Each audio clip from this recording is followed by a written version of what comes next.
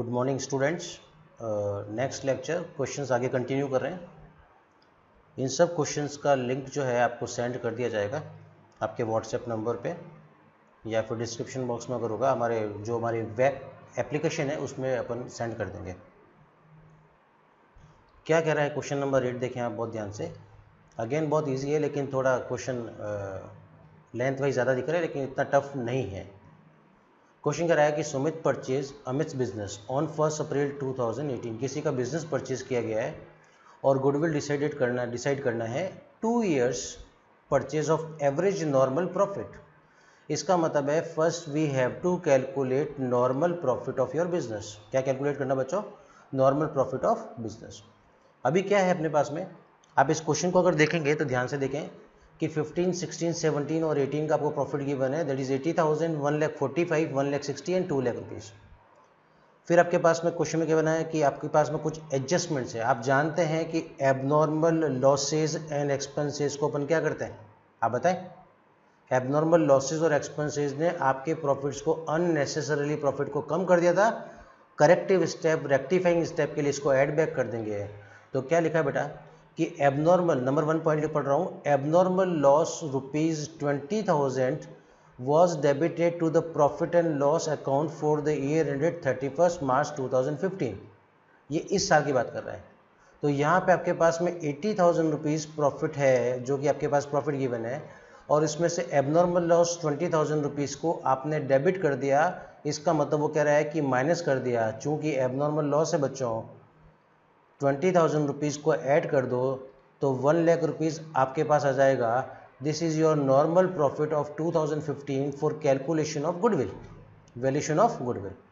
उसके बाद में नेक्स्ट आपके पास में क्या रहा है कि आपके पास में फिक्स एसेट्स है जिसको आपने सेल किया था, इसमें आपको गेन हुआ था 25,000 रुपीज़ का। कब? 16 में। ये इस ईयर से रिलेटेड है। अच्छा, चूँकि इस ईयर से रिलेटेड है बच्चों, तो अब अपन बात करेंगे तो 16, 1,45,000 में से 1,45,000 रुपीज़ में अपन क्या कर देंगे, एबनॉर्मल इस गेन को अपन माइनस कर देंगे, क्योंकि गेन को माइनस करना है तो लेस कर देंगे। तो आपके पास आ जाएगा 1,20,000 रुपीज़। ये आपके पास में ईयर 2016 का नॉर्मल प्रॉफिट आ जाएगा। इसके बाद में नेक्स्ट क्वेश्चन कह रहा है अपने पास में, in the year of 2000 ended 31st March 2017 assets of the firm were not insured due to oversight. आपने उसका, ओवरसाइट का मतलब होता है निरीक्षण, इंस्पेक्शन, वो नहीं किया और वो कह रहा है कि प्रीमियम पे नहीं किया। तो भाई ये तो ऐसा एक्सपेंसेस है जो आपको पे करना चाहिए, तो बिजनेस एक्सपेंसेस है। तो आपको करेक्ट प्रॉफिट कैलकुलेट करने के लिए इस 2000 कौन से ईयर का बता रहा है, 17, तो 17 के प्रॉफिट में से 15,000 को क्या कर देंगे बच्चों, माइनस कर देंगे। 15 को क्या कर देंगे, 15,000 रुपीज़ को माइनस कर दिया जाएगा। तो ठीक है, तो इस तरह से अपन करेक्ट प्रॉफिट निकालेंगे। और 2018, एक मिनट सॉरी, 2018 में आपको 2 लाख रुपीज़ गिवन है बेटा। इसमें किसी प्रकार का कोई एडजस्टमेंट नहीं बोला, तो अच्छी बात है, मत करो ना। ज़रूरी थोड़ी है कि हर साल में आपको क्वेश्चन में एडजस्टमेंट देगा ही देगा, और नहीं है तो आप यूँ मत करना कि छोड़ देंगे या ज़बरदस्ती कुछ एडजस्टमेंट करने की कोशिश करेंगे। देखें आप इसका प्रॉपर प्रेजेंटेशन ये रहा। हॉरिजॉन्टल वर्टिकल जैसा आप करना चाहे कर सकते हैं। तो देखो आपके पास में पहले प्रॉफिट लिखा, पिछले क्वेश्चंस में प्रॉफिट इस तरह से लिखे गए थे, आज प्रॉफिट ऐसा लिख दिया 80,000, 1,45,000, 1,60,000 एंड 2 लाख रुपीज़।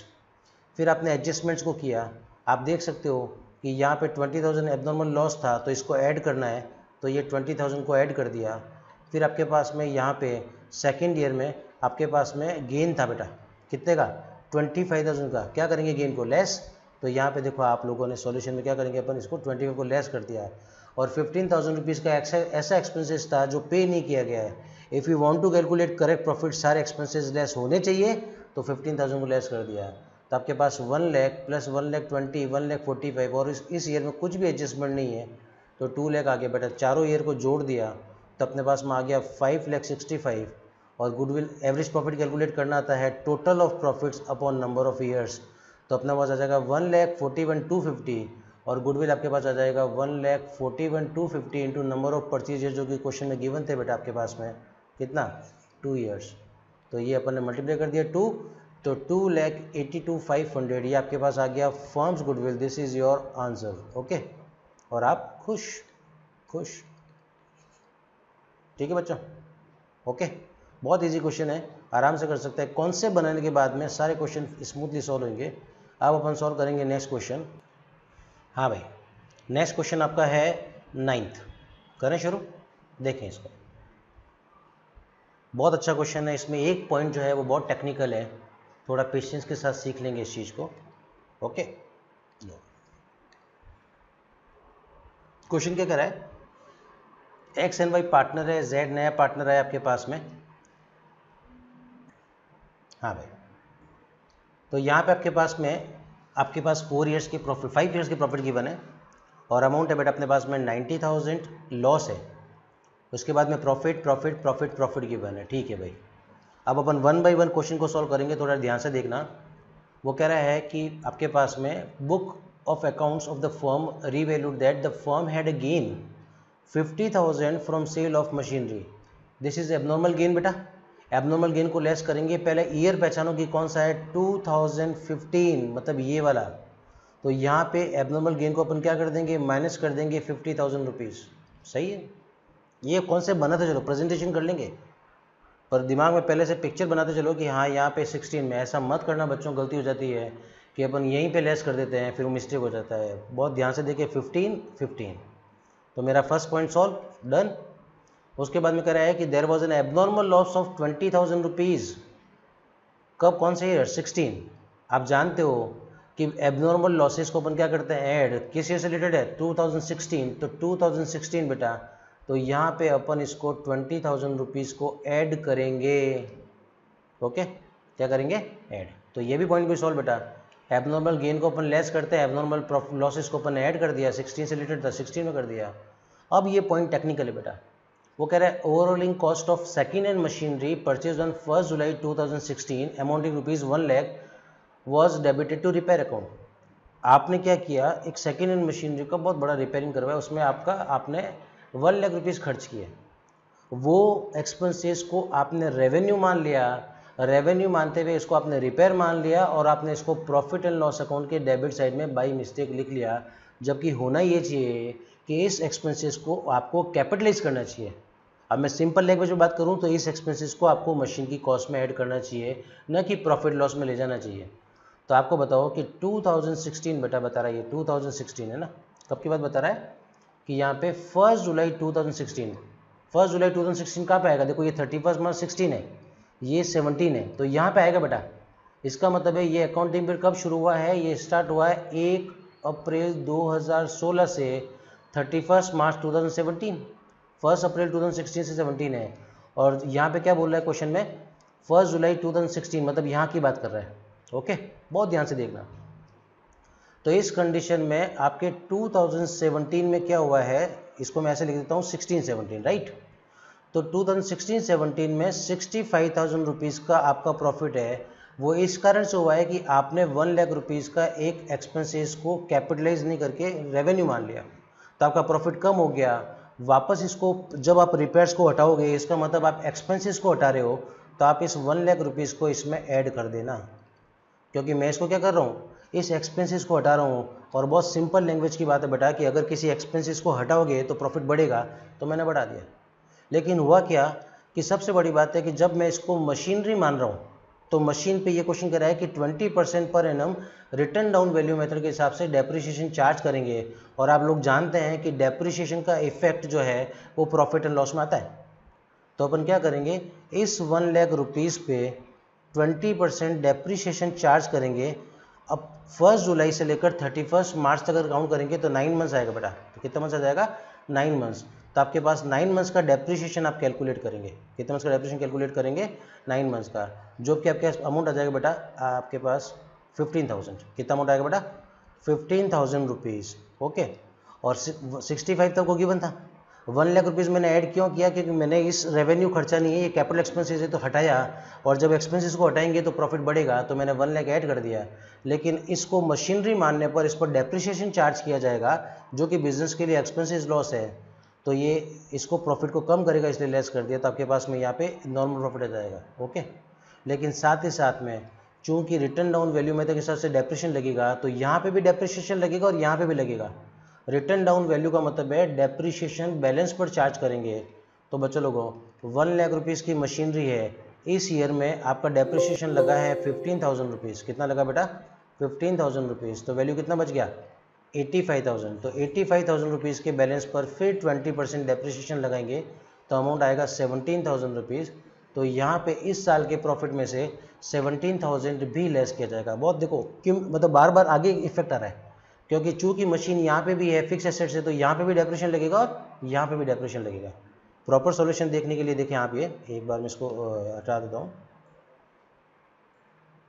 देखो बच्चों, आपके पास में देखो लॉसेस की, पहले फर्स्ट ईयर में लॉस गिवन था, आप खुद देख लें। लॉस देखो, loss profit profit profit profit. तो ये देखो लॉस आपके पास में loss profit profit profit profit. फिर आपके पास फर्स्ट एडजस्टमेंट आया था, यहाँ कोई एडजस्टमेंट नहीं था। आप तो खुद ने देखा था कि इस क्वेश्चन में देखें आप कि यहाँ क्या बोला था फर्स्ट पॉइंट में कि एबनॉर्मल गेन हुआ है 50,000 रुपीज़ का। कितना गेन हुआ बेटा? 50,000 रुपीज़ का गेन हुआ है। ओके, 50,000 रुपीज़ का। Just a minute. तो इसको अपन ने क्या कर दिया? ऐड कर दिया पे, ये लेस कर दिया अपन ने, प्रॉफिट हुआ इसलिए। फिर आपके पास में नेक्स्ट ईयर में क्या हुआ है? 20,000 रुपीज़ का एबनॉर्मल लॉस है बच्चों। एबनॉर्मल लॉस को क्या करता है? ऐड। तो यहाँ पे आपने इसको ऐड कर दिया। बस सिर्फ पॉइंट इंपॉर्टेंट यही है स्टार रेटिंग स्टार वाला, कि यहाँ पे 85 लिखा ना बेटा, ये इन्होंने ऐसे इफेक्ट दिया है। आप चाहो तो ऐसा कर सकते हो, 65,000 रुपीज़ यहाँ लिख दो, इसमें ऐड कर दो 1 लाख रुपीज़ और लेस कर दो 15,000 रुपीज़ और आ जाएगा 1,50,000। ज़रूरी नहीं है कि ये प्रेजेंटेशन किया जाए, आप यहाँ पे डेप्रिसिएशन कैलकुलेट करके वर्किंग नोट शो कर सकते हो। फिर यहाँ पे 1 लाख में से 15,000 लेस हुआ, तो रिमेनिंग वैल्यू कितना बच गया? 85,000 पे फिर 20% डेप्रिसिएशन चार्ज किया तो अमाउंट आ गया 70,000। तो यहाँ पे भी डेप्रिसिएशन चार्ज किया गया है, यहाँ पे भी। और फिर क्वेश्चन आसान है बेटा, ये आपके पास में आ गया normal profit for valuation of goodwill. तो इस तरह से आपके पास ये प्रॉफिट गिवन है, डिवाइड बाई 5 लाख आया, डिवाइड बाई किया अपन ने 5, तो अपने पास एवरेज प्रॉफिट कितना आ गया बेटा? 1 lakh rupees. 5 lakh divided by 5, तो अमाउंट कम्स 1 लाख रुपीज़। और 1 lakh into number of purchaser कितना कर दिया? 3 बेटा, तो कितना आ गया? 3 लाख रुपीज़। ये आपके पास आ गया गुडविल। क्वेश्चन में सिर्फ और सिर्फ बच्चों लोगों थर्ड पॉइंट ये थोड़ा सा अच्छा था, बाकी सब रद्दी क्वेश्चन पॉइंट थे बेटा। ऐसा कोई टेक्निकल पॉइंट नहीं था, अपन आराम से कर सकते हैं। बस ये याद रखना कि 1 लाख रुपीज़ को मैंने ऐड किया क्योंकि ये एक्सपेंसेस आपका रेवेन्यू नहीं था, कैपिटलाइज करना था, तो इसलिए ऐड बैक किया। लेकिन जैसे ही कैपिटलाइज किया तो वो मशीन बन गई और मशीन पे हर साल डेप्रिसिएशन लगता है। चूँकि ये method return on value method है तो हर बार बैलेंस पर लगेगा। तो सेकेंड यहाँ पे 18 में आपका डेप्रिसिएशन जो लगा है वो 85,000 के बैलेंस पर लगा, दैट इज 17,000।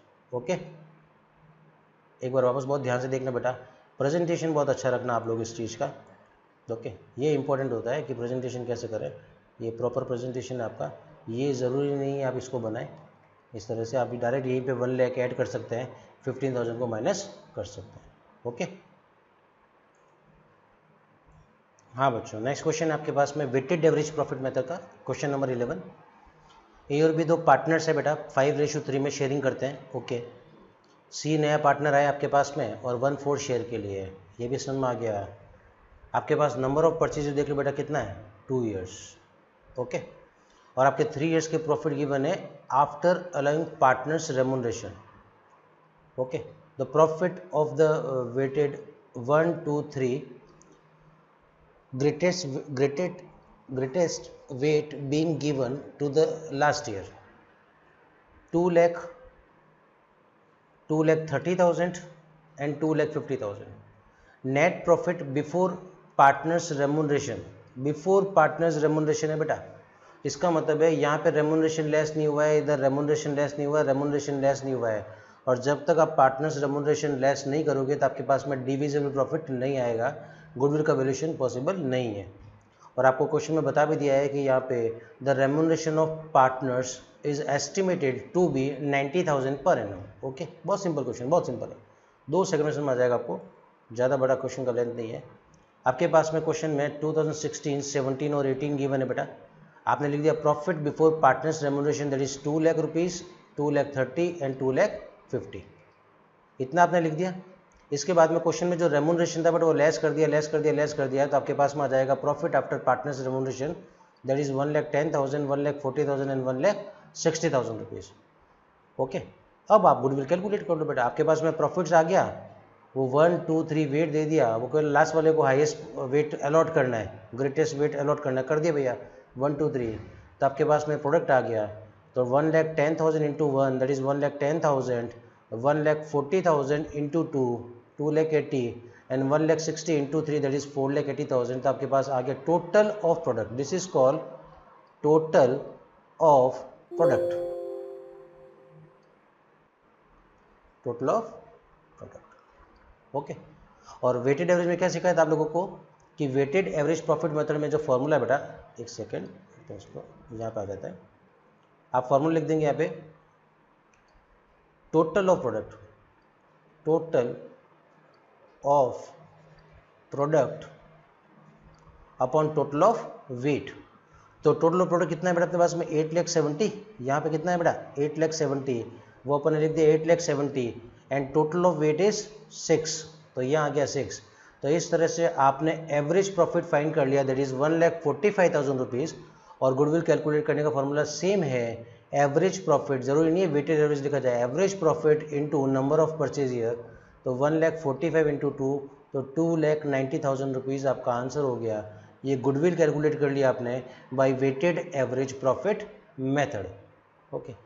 हर एक क्वेश्चन को ऑलमोस्ट मैं आपके गुडविल के सारे क्वेश्चन, किसी भी चैप्टर के मैं आपको सारे क्वेश्चंस करूंगा। बस आप लोगों का एक काम है बेटा कि प्लीज़ ये सारे क्वेश्चंस आपने हाथ से सॉल्व करना और बिना देखे सॉल्व करना, जहाँ आपको और प्रेजेंटेशन के साथ में करना।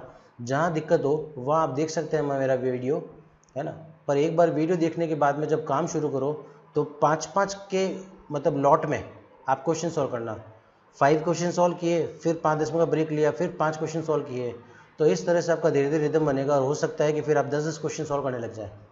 पर प्रॉपर वे से सॉल्यूशन करना, एक प्रॉपर रजिस्टर रखना बड़ा, और उसमें सारे क्वेश्चन सॉल्व करना बच्चों। ओके। अब अपन नेक्स्ट क्वेश्चन लेंगे। नेक्स्ट क्वेश्चन आपके सामने ये रहा, क्वेश्चन नंबर 12। बहुत अच्छा क्वेश्चन है, इसमें एक पॉइंट बहुत प्यारा है जो आप सीखने पर आपको काफ़ी अच्छा लगेगा और मज़ा लगेगा। यहाँ पे एम और एन पार्टनर्स है बेटा, गुडविल वैल्यूड करना है, वेटेड एवरेज मेथड है, इसलिए देखो वेट गिवन है 1 2 3 4 एंड 5। और इस तरह से आपके पास में 5 ईयर्स के प्रॉफिट गिवन है 70,000, 1,40,000, 1,00,000 रुपीज़ एंड 1,60,000 एंड लास्ट में 1,65,000। अरे सिंपल एवरेज प्रॉफिट मेथड हो या वेटेड हो, आपको अगर कुछ ट्रांजैक्शन एडजस्टमेंट दे रखे हो तो first you have to calculate normal profit. तो यहाँ पे कह रहा है कि there was an abnormal loss of 20,000 rupees, कौन सी ईयर में 14 में। तो आपका 14 का प्रॉफिट ढूंढो बच्चों, ये रहा 14, तो ये रहा 14 का प्रॉफिट 70,000 रुपीज़। तो क्या कह रहा है एबनॉर्मल लॉस है, आप जानते हो कि एबनॉर्मल लॉस को ऐड करते हैं, तो इस 70,000 में 20,000 रुपीज़ को अपन क्या कर देंगे, ऐड कर देंगे। ओके। उसके बाद में नेक्स्ट कह रहा है कि there was an abnormal gain of कितना बेटा 30,000 रुपीज़, गेन है कौन सी ईयर का 15, ये रहा 15 का प्रॉफिट बच्चों 1,40,000। क्या कर देंगे, अब तुम जानते हो समझदार हो चुके हैं अपन, क्या कर देंगे इसको लेस। अब जो पॉइंट है ये इंपॉर्टेंट है। अब क्वेश्चन कह रहा है कि closing stock of 31 March 2017 over valued. बच्चों लोगों को एक बात ध्यान रखना, ये आपका ट्रेडिंग अकाउंट का फॉर्मेट है और आप यहाँ लिखते हो बाई क्लोजिंग स्टॉक, तो ये कहना चाह रहा है कि आपने क्लोजिंग स्टॉक को 10,000 रुपीज़ जो है वो ज़्यादा लिख दिया है। और आप जानते हो कि क्रेडिट साइड ज़्यादा लिख दिया, इसका मतलब इसका इफेक्ट क्या हुआ कि यहाँ का जो प्रॉफिट है वो बढ़ गया, क्योंकि क्रेडिट साइड का रिलेशन प्रॉफिट के साथ में डायरेक्ट होता है। अगर क्रेडिट साइड इंक्रीज होगा तो प्रॉफिट भी इंक्रीज होगा, क्रेडिट साइड डिक्रीज होगा तो प्रॉफिट भी डिक्रीज होगा। तो आपका क्लोजिंग स्टॉक जो है वो बढ़ गया, इसका मतलब प्रॉफिट भी बढ़ गया। तो आप 2017 के प्रॉफिट में से 10,000 रुपीज़ क्या कर देना बेटा, लेस कर देना। लेकिन इससे भी बड़ी बात है कि ये जो क्लोजिंग स्टॉक होगा वो नेक्स्ट ईयर जो है बच्चों, आपका नेक्स्ट ईयर ओपनिंग स्टॉक बन जाएगा। और जब अपन बात करते हैं यहाँ पे, यहाँ पे, तो वो यहाँ पे आएगा बेटा ओपनिंग स्टॉक, ये आ जाएगा यहाँ पे ओपनिंग स्टॉक।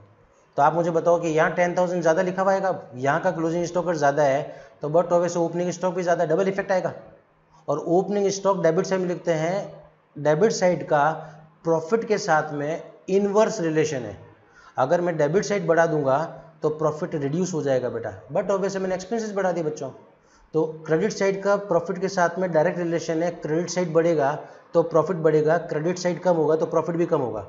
लेकिन डेबिट साइड के साथ में इन्वर्स रिलेशन है, तो प्रॉफिट मैंने ओपनिंग स्टॉक को 10,000 ज़्यादा लिखा तो मेरा प्रॉफिट क्या हो गया, कम हो गया।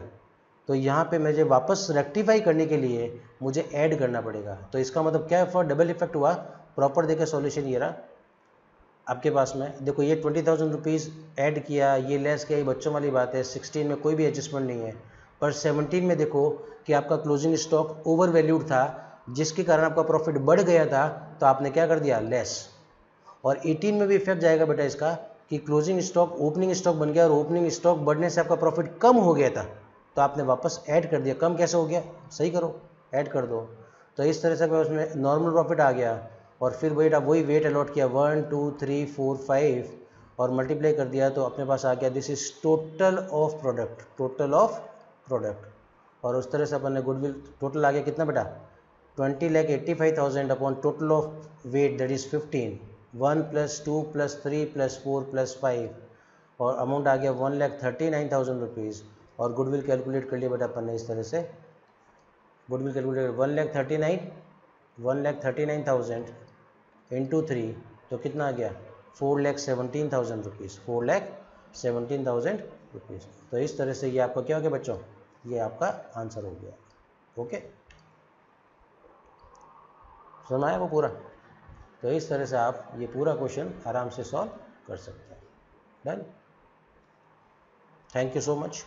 आज इतने क्वेश्चन किए, नेक्स्ट लेक्चर में अपन और क्वेश्चन करेंगे। जितना आप इन क्वेश्चंस की प्रैक्टिस पूरी की पूरी करें। Thank you.